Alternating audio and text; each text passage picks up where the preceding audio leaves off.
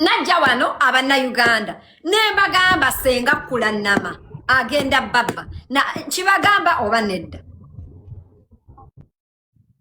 nga atandise okugamba abantu abafunira visa nga agambye abantu akufunira passport akufunira visa nezijja nembagamba agenda kubabba amakonkome gali mu inbox yange madamu yababba. I don't have time kababbi because I told you there is even a video. I said Senga Kulanama herself cannot apply for a visa for herself.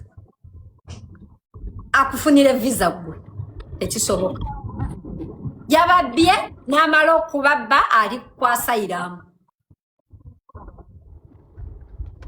I told bamuwa sente nabagamba agenda kubabba nakibagamba oba nedda Senga Kulanama tasobola abantu nali ndowooza baawuliriza Senga Kulanama tasobola kujjuza medical form eyiye bayinza omubuuza olaba wano wooteeka name Sharon Mutesi age 98 sex n'ateekawo times 2 ye mulinga aka interpreting how many times do you have sex in a day tasobola oyo nkejjuliza a medical form gwe n'omuwa sente akufunire visa najja wano and I warned you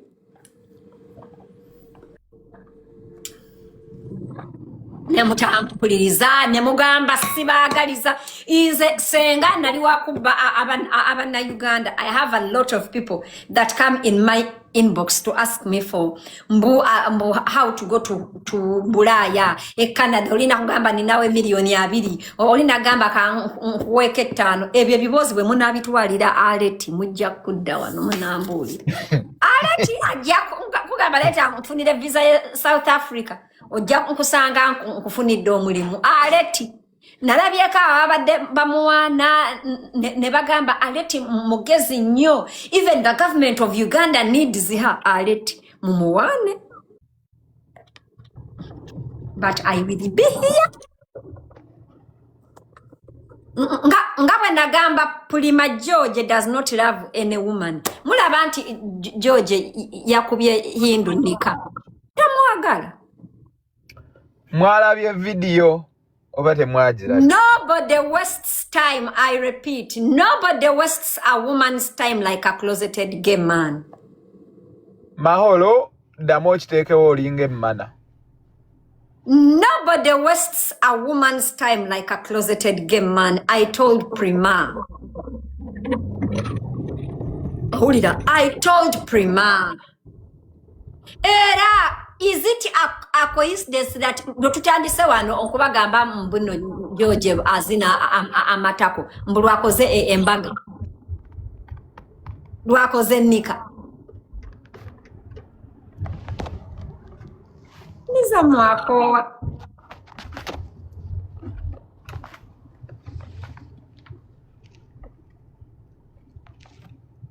nabagamba. I told Prima nemugamba inze. By the way, it's just that Prima yakatandika wano kunziramu okunvuma naye I have always nze sagalanga ko George for 2 reasons. I know that George akuba abakazi buli muntu amanyi George akimanyi George mukubi w'abakazi George ka nsooke Patrice Mukasa ka nsooke mukube kibuloka ayagala kufera Abaana Uganda mbona abafunira visa gendo gifunire nnyoko.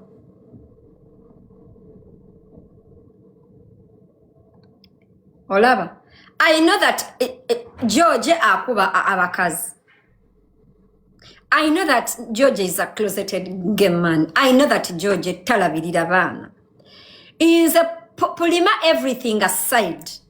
I did not like George because I cannot have a conversation with a man atalabirira baana bakedde ye mwennyini n'ayima n'azaala. Era it's just that Prima, abakazi, one of the reasons twagala ffe ojja n'omugamba amazima about baawe kati muli naawuliranga aswadde n'avuma mugwe instead. But me, I have never liked George. George is a very good artist. Ayimba bulungi. His music is good. But the fact that that motherfucker cannot... Bantu bango okujjako nga oli newcomer. Okujjako nga oli newcomer. Owulira? Okujjako nga oli newcomer. Njagala okubajjukiza bino ebigambo. Prima yayagala George nga George munaku nga talinawo wadde ssente efulumya oluyimba. Owulira? Wadde efulumya oluyimba. Prima babyogera wano. Prima neyeetunda nagende Dubai nagende Malaysia nagenda wa supporting ebawe, which is not bad, because if love does not come to you, go to it. If you don't find a man to inject money in you, if you can find money to inject it in a man that you love, I think it's okay. It's actually, I don't support that. I would never give a man my money. God forbid, I would never. I don't think I've ever given a man a gift that is more than enkumi bbiri eze Kampala, which is akatambala. But there are women that don't have a problem with that. If you have money and the man is good, it's well and good. However, Prima nakolera bawe. One thing I want all people to agree with me is that Prima is a hard-working woman, regardless of how. Please remember, Teya Soma knew, but she's a hard-working woman and she has a working brain. I want all of us to acknowledge that all factors remaining constant. Prima mukazi mukoza ate mukazi muyiya. Ulide atunze akasolo, atunze emmere, atunze ebizigo, atunze mufunza, atunze akoze buli kimu. She's a hard-working woman. She doesn't like poverty. Ulide mukazi muyiribi, and me, I cannot judge her in whichever way. Oba atunda mmere, oba atunda mana, oba atunda magulu, oba atunda nviri, oba atunda byoya. The means justify the what? The end. Kubanga namwe wano abanda mutunda obusolo. It's just that mwe obwamwe bwalayisi mubutunda. That's why omusajja bwakulya natakuwa transport yonyiga gwe eyekutte newe twalayo lwaki babeera bakuwa transport akuzayo badde ozemu mu bufumbo. Obeera naawe ogenze okuwoomerwa n'otuuka n'ogamba oyo gundi. He wouldn't have been nayo yo musajja mukodo atali taata wo lwaki obeera ayagala akwebakeko akuwe ssente nammwe mwetunda. It's just that temuyimirira ku kkubo. Abamu, one of the reasons why amagulu gabasaze is because muli bamalaya but you are not straightforward. Gamba musajja mbuno diale ayamukamingi soko otekeke sente ezokuletera akachi akafuuyisa. Era abasajja basiiba bangamba senga abakazi bagambe batubulire oba abamalaya tukimanye lumu nammwe mwetunda. So oba Prima yetunda oba ani yetunda, me as me, I actually don't care. Every time I said that statement bagamba nanti nawe wetunda ekitali kibi akafuuyisa kange yenza akeenaaliza sikamwe. As long as akasolo kokeetawaaliza oli waddembe okukakozesanga bw'oyagala. Owulidde? Gwamanyi oyinza okusalawo n'okateeka mu liivu. Oyinza okusalawo n'okakola mu bizinesi. Oyinza okusalawo n'okagabira obwereere. Oyinza okusalawo n'okateekangamu omunnyo kako Katonda yakakuweesa egyo nga teyeebuzizza ku muntu. Oli wa ddembe. Gwasalawo. Era gwe andaba. Gwasalawo. Oli wa ddembe okkawa omusajja, oli wa ddembe okkawa omukazi. oli waddembo kekubiramu olugalo oli waddembo kagulira bino biplastika gwamanyi kako dembe era nze saagala muntu ampa mateeka kukafuuyisa kange ekyo kyekintu Katonda kyatasobola kunzijjako ne woofa nakuziika nako amabere no bagabasalako nga galwadde kansa naye ko ne bw'oba oyingira entaana kako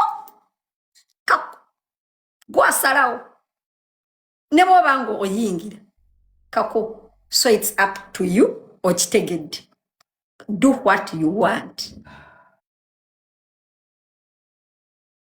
So Prima is back to the main point. Prima is a hard-working woman. But it's so painful every time I see a hard-working woman being broken by a man. I swear. Prima yakaddiwa. Echa mukaddia, that man. Kisajja Chivuderi, Georgia siyasingayo obulungi kyonna kitunulanga engatto gye bakuba eddagala erya kiwi not even cream. That girl is not, I don't even think Prima is 35 years of age. I don't think so. Aya musajja yenna amukaddiyiza mazeeko emirembe amuzaddemu abaana. Of course abaana is not a regret. Yamuzaalamu abaana be balungi, and I think that is the only achievement Prima has. Of which n'abaana is not her achievement because that motherfucker abaana tabalabirira. Alidde sente z'omukazi azimumazeeko.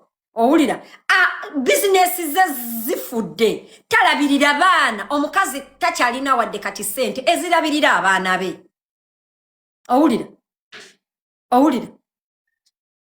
I felt pain when she said nze kasita anyamba abaana bange n'abawa fees. That is really not even a privilege, Prima. Those children are baana bajjoja ino balabirira. Yabazala.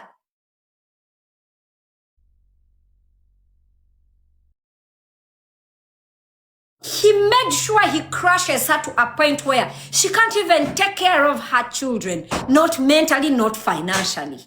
Talina. Whatever she had, that guy took. Namukuba nebisirani. Mwabakaza abandabo omusajja azina amatako. Nakomawo nawe nakuzina akube ebisirani. Akukuba ebisirani. Era mu abasajja abandaba londako. Tosobola kukola kintu ne kigenda mu maaso ng'olya emabega ne mu maaso. Oyina okusalawo. You have to pick a struggle. Emabega gaze emabega. You have to pick a struggle. Baba kuba ebisirani. Ogenda okulaba nothing is working out. Prima yali atunda ebizigo. One of the most profitable businesses Uganda bizigo. Nze ntunda ebizigo, and I'm telling you. One of the most profitable things ekizigo. Prima had money. Ebisirani bya George. Si bya Prima. Kuba Prima alina omukisa gwa sente. Prima alina omukisa gwa sente. Era Prima bwalikeera ne yeesonyiwa George ajja kuddamu afune sente. Because alina omukisa ogufuna sente. Ate ayiya. Owuli. Naye omusajja amukozesezza buli kimu. Even her mental health isn't okay. Yali amukubidde her business okujjako nga oli newcomer. Olusaniya nerugwa.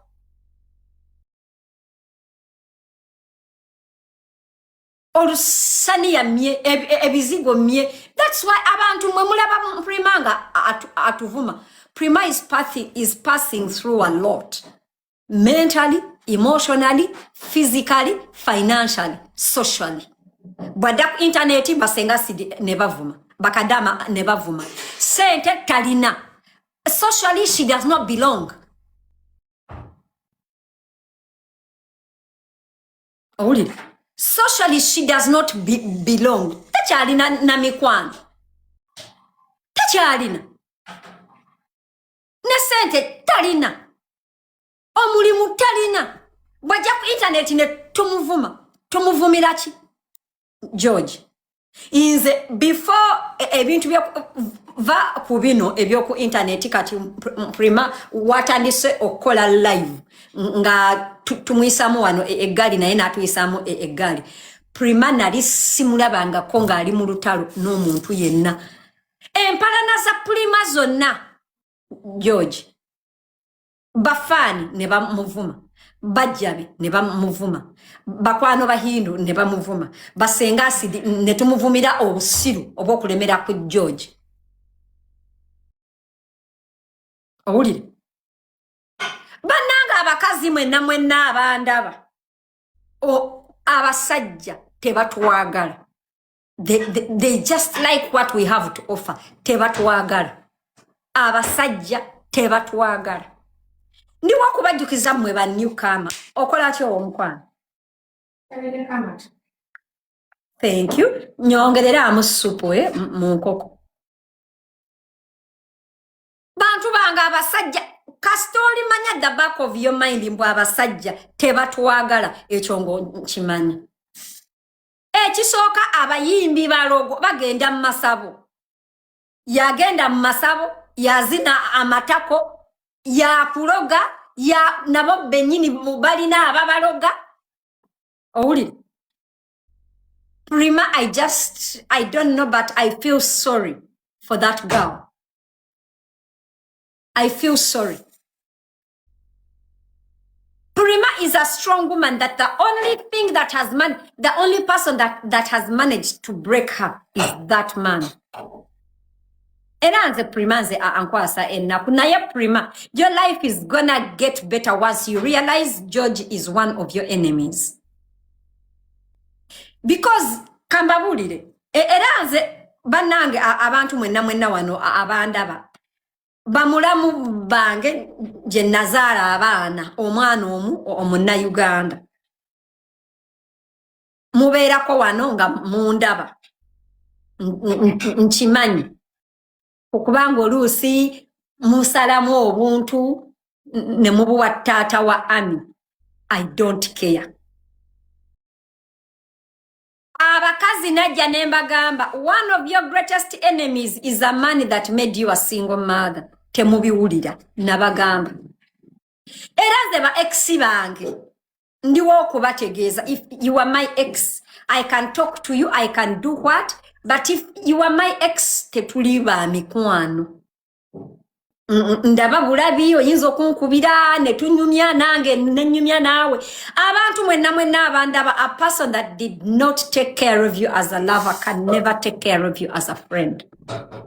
Because your lover is supposed to be your friend. A person that has not kept you as a lover cannot keep you as a friend.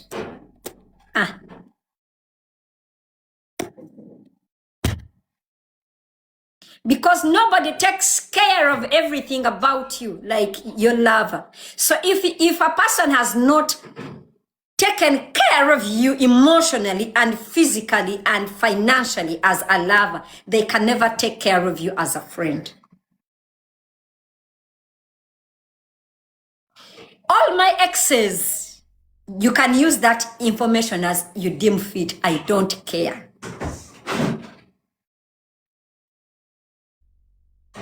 My exes that are watching me today, I don't care how you take that information.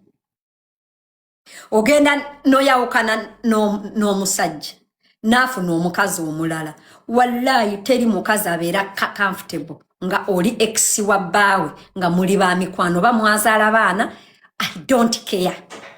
Iza ba ex bange bonna mbasabira okubonaabona.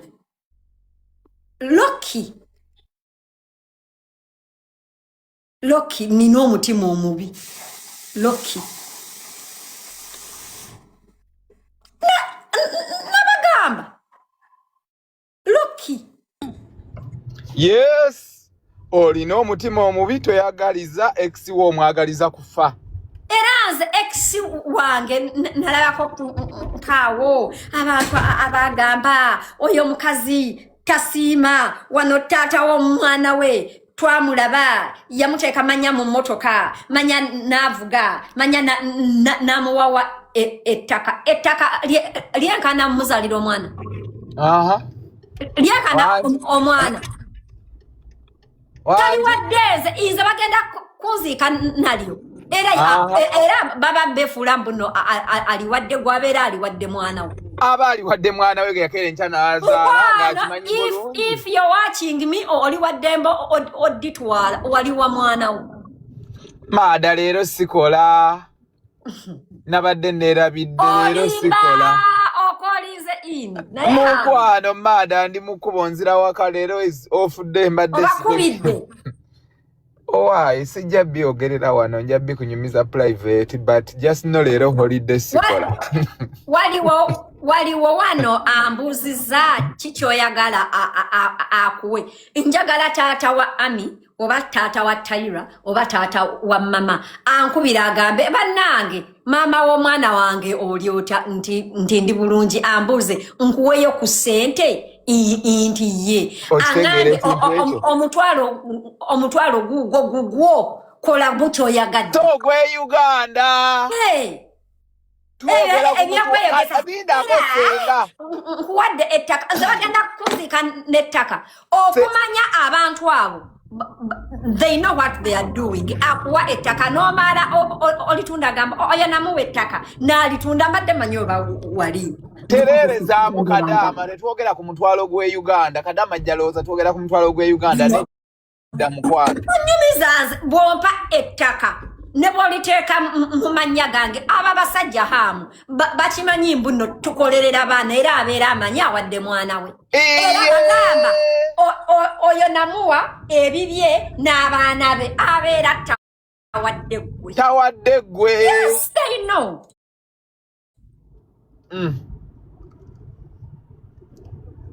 iye abeera tawadde nze era abeera but anyway bw'obanga bwe mubeeranga nga mundaba nze abaana bange tebakulidde ku bugagga bwammwe kati mbalangira mwe ba ex bange abaana bange abatamanyi Luganda mwe bamatako abatera obasaliramu obuntu you can interpret abaana bange tebakulidde ku bugagga bwammwe ate nga temuli baavu I don't care bwe mubeera bababbawa mubawe ne bwe mutabawa tebajja kubonaabona kye muba mumanya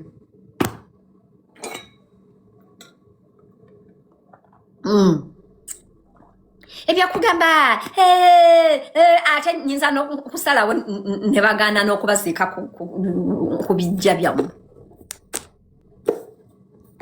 so then you know the reason I'm saying that waliwo wano abantu abasala doing you a favor. It's just that we live in a shithole country, but child support is a must. It's not even a choice, it's a must. It's a must.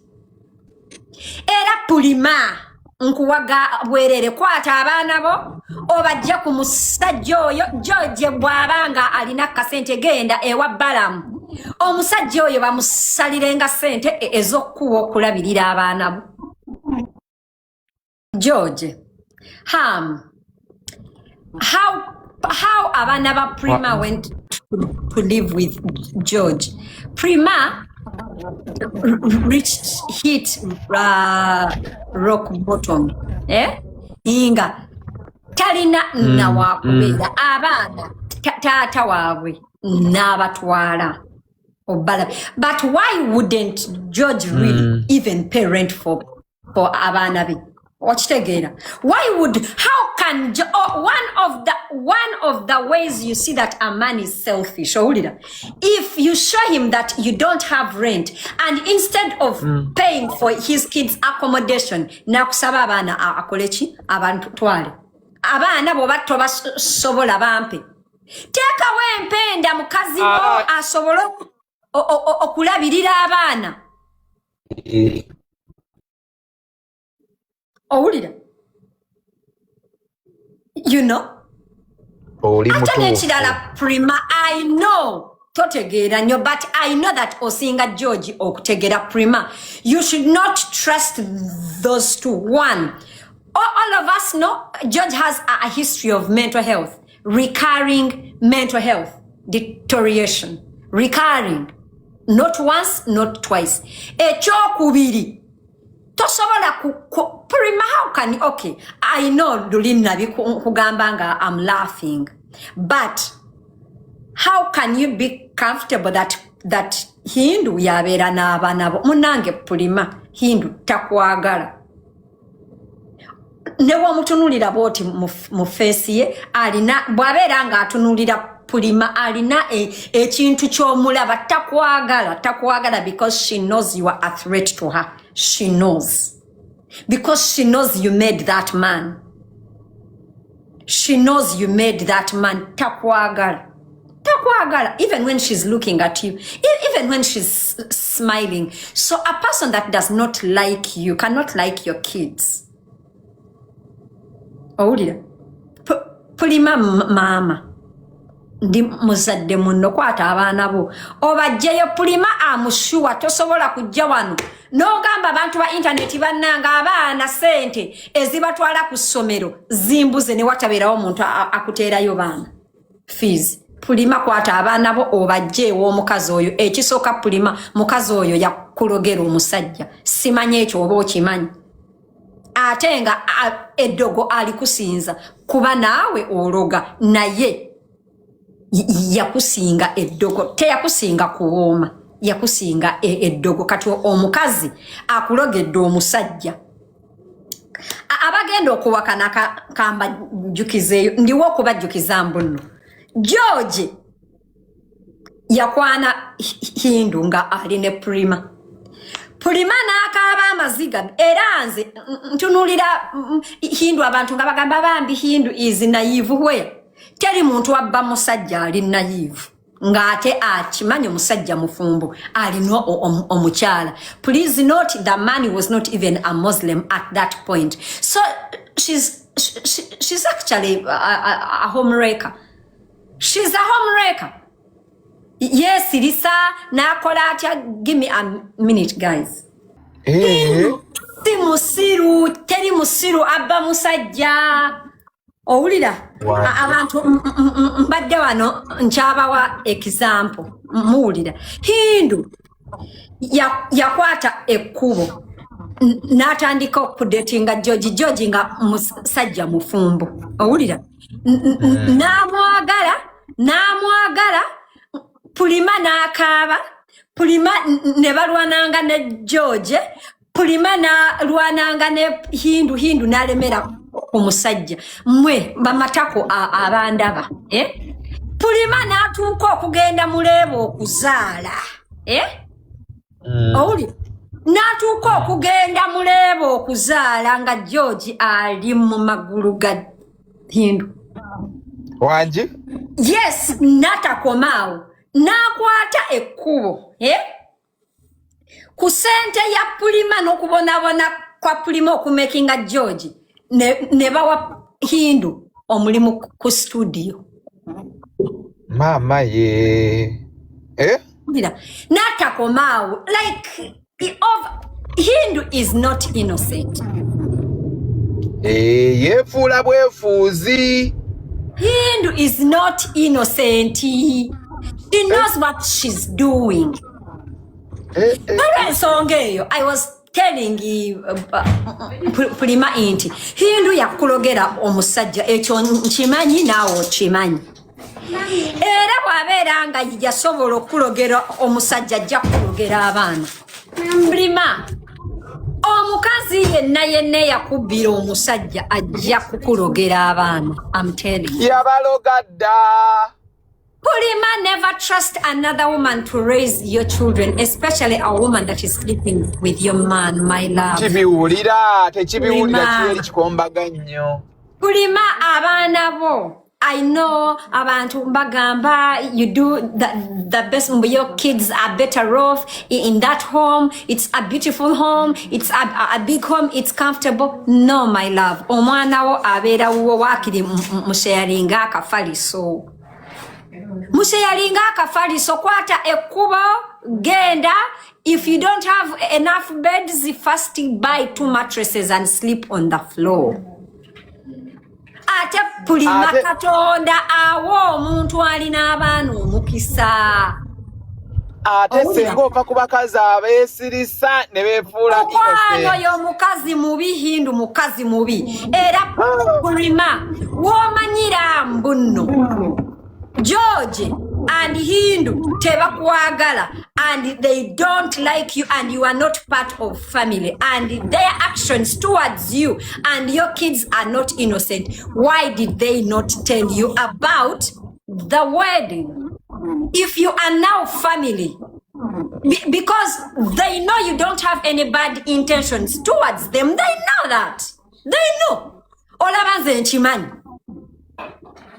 You know? The fact that if they were innocent, chibichi chewandikoze kumukolo gwawe, because they don't trust you. In this world, never trust a person that does not trust you. A person that does not trust you means they can also switch up on you because they don't trust you.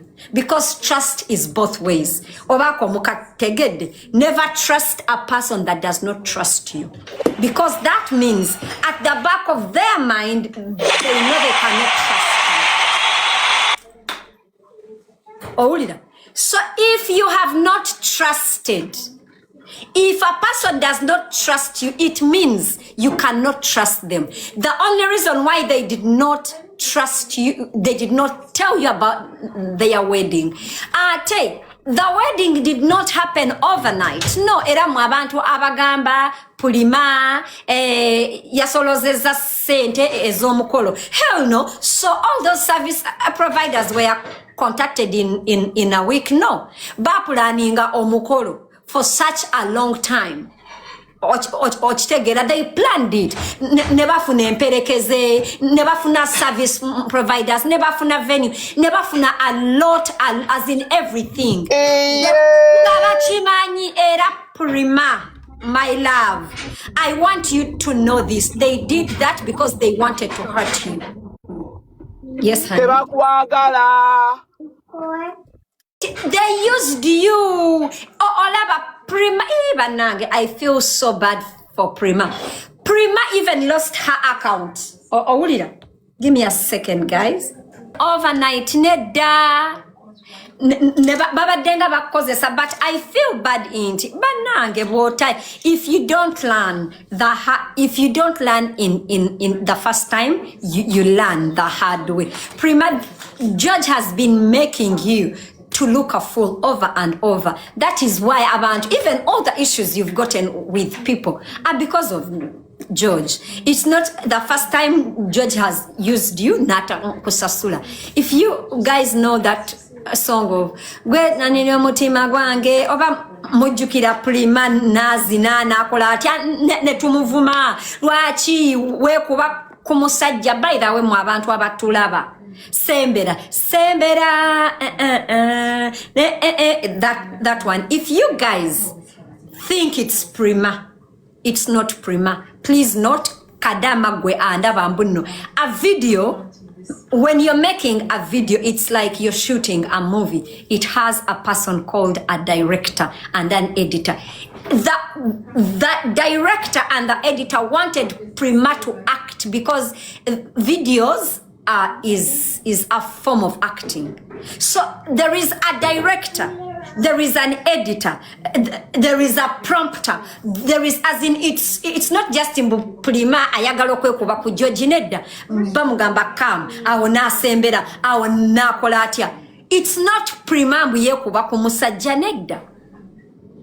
It's Prima always wanting to empower that man when all that man has done is to keep on breaking her. Ne tumuvuma gayi nga ali awalaba.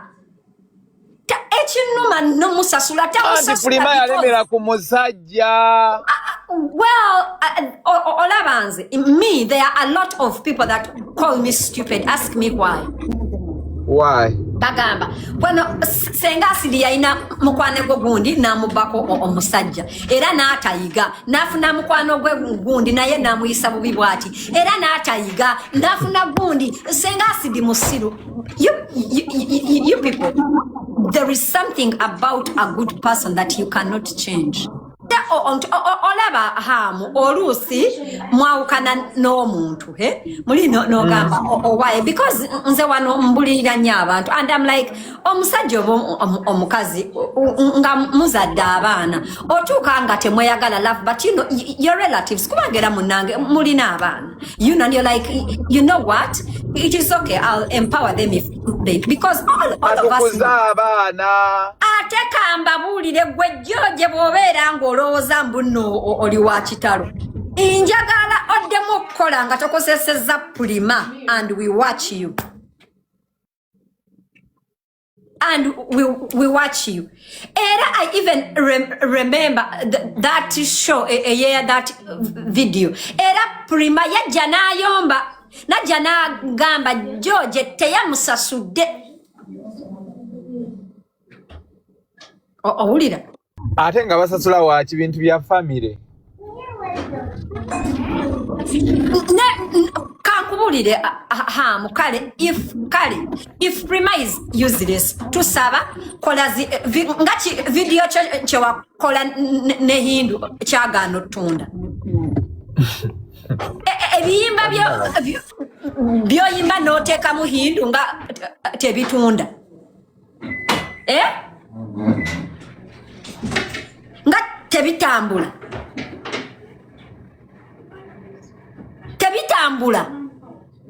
nawe okimanyi nti Prima is a money making machine, you know that, but you can't keep taking away from her. You can't. You take away her money, you take away her uterus, you take away her mental health, you take away her dignity, you take away her everything. Why? Ata Prima kankubulirire mbadde nkusaba njagala okyawe buli muntu eyabadde kooga omukolo oba muyimbi oba mukwano gwo oba mukwano gwa George ne famire ya George yonna ogikyawe owulira because omukolo gwabaddeko abantu bonna nga bajjudde you were the enemy. Everybody knew apart from you. You were the enemy to everyone. Kisanga atakitte nzemba wala namwenna paka magombe omukolo mukokati nze kambabulire omukolo gwa Prima wallahi billahi tallahi nyinza n'okubaleetera inbox baguŋŋamba wiiki ewedde omukolo gwa George ne baŋŋamba bagenda kukola nika. But because I wasn't amused, I didn't even talk about, I swear, they told me. So everybody around Prima knew. Except Prima. You people, do you know the betrayal there? Do you know? Ne George ye mukomole. Prima ndiwo kugamba bino ebigambo. Bagamba, a stupid fly follows the corpse to the grave. Please deassociate yourself from that man. Bwaberanga ayagala abaana be ajje abantwale abalabeko abakomyewo. Deassociate yourself from that man. Ate Prima bagenda kukulogera abaana. Olina abaana abalungi olinamu omwana omulenzi olinamu omwana omuwala. Bagenda kulogera abaana. Prima bajja kulogera abaana. Prima taina mulenzi aina bawala. Solanje nani? Solaya. Prima bagenda kukulogera abaana. Ate Prima, one of the reasons why bagenda kukulogera abaana oyo omusajja alaga Hindu mbuno ayagala abaana be. Kakazi kabi kagenda kukulogera abaana. And you know men with their daughters bajja kukulogera abaana.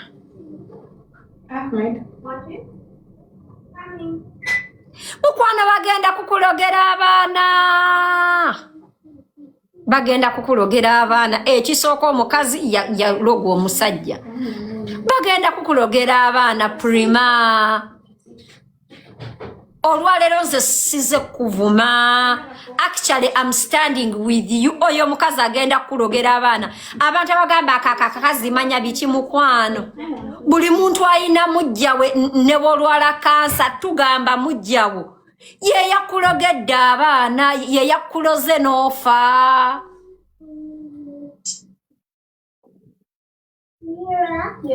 Tomorrow is a deep down. Today's a just down? No. Prima Chisoka George cannot raise those kids alone. Or when you're going to be He's mentally unstable. You know that? I mean, a coward that resorts to taking drugs. George aina bizibu kye ebyo mu nsi ebimunywesa ebiragalagala nga yakeera nga ino obuvunaanyizibwa.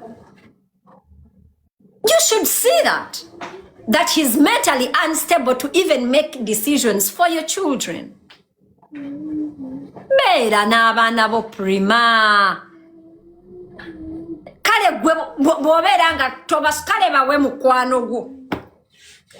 Okukwata mujjawo n'omuwa abaana bo waakiri obawa mukwano gwo. Batwale ewa maama wo. I don't know ba maama wo gyali. I know taata wo, your father. Bawo omuntu. Bajje ewa mujjawo. Mwe bantu mu abantu baloga.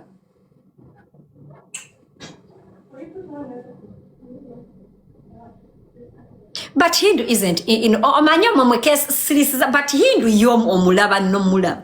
Ne bwaba nga atunulira Prima tamwagala. Kino kyo kiri ki carefree ne kijja ne kikide kikola you know takwagala. Wallahi Prima ng'oyagala okumanya nti Hindu takwagala. Omwana wa Hindu muto. Owulira omwana wa Hindu oyo omulenzi baby muto kale tannategeera nnyo naye gwe abaana bo bakuze. The fact that Hindu I saw that it was not okay. All of us know George is not okay. But if also you were not okay, Hindu bw'abeera nga yakkiriza abaana bo bajje mu bbaala ku kivulu ekyo omuli abantu abanywedde omwenge. That woman does not have the best interest of your kids at heart.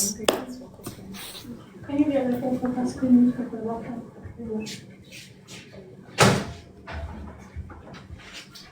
Omwenge mu bbaala ekiro cow to the well, but you cannot force it to drink water. That man has shown you shege.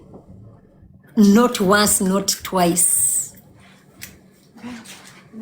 Owulire? Not once, not twice. Ate Prima osobola okuwolereza George until kingdom come nkugambye nakugamba era ndiwo kukikuddiramu. George azina amatako. Era akavubuka akamusula mu depression bakayita Kelly.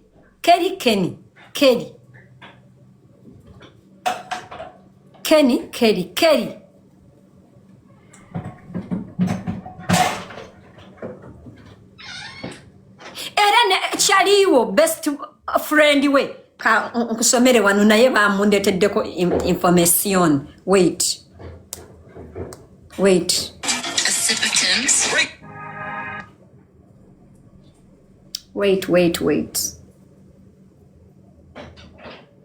Hi, Senga. Well done for the good work, Mukazi. Kindly don't expose my account. But I need to tell you something. Olaba that Humphrey, just today's bestie, he used to work for Rahu, Reach a Hand Uganda. His NGO.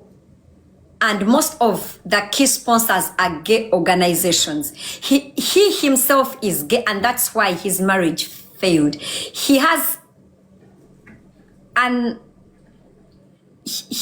he has, wait. He married an OG of mine called Nice Maureen after breaking up with his first baby mama called Ronnie, but would come home every day, late, drunk, always sleeping around with both men and women.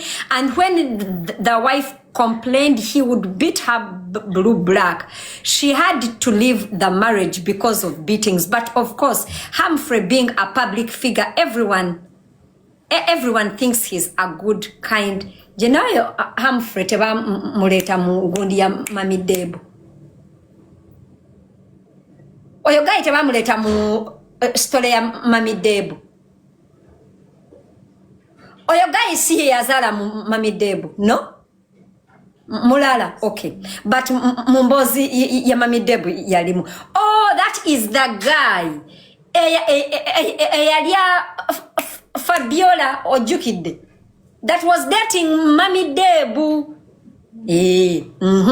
Tugende mass. And I'm like, I knew you, but I remembered. Now, he had to leave that marriage because of, but of course, Humphrey being a public figure, everyone thinks he's a kind and a gentleman. The same way people believe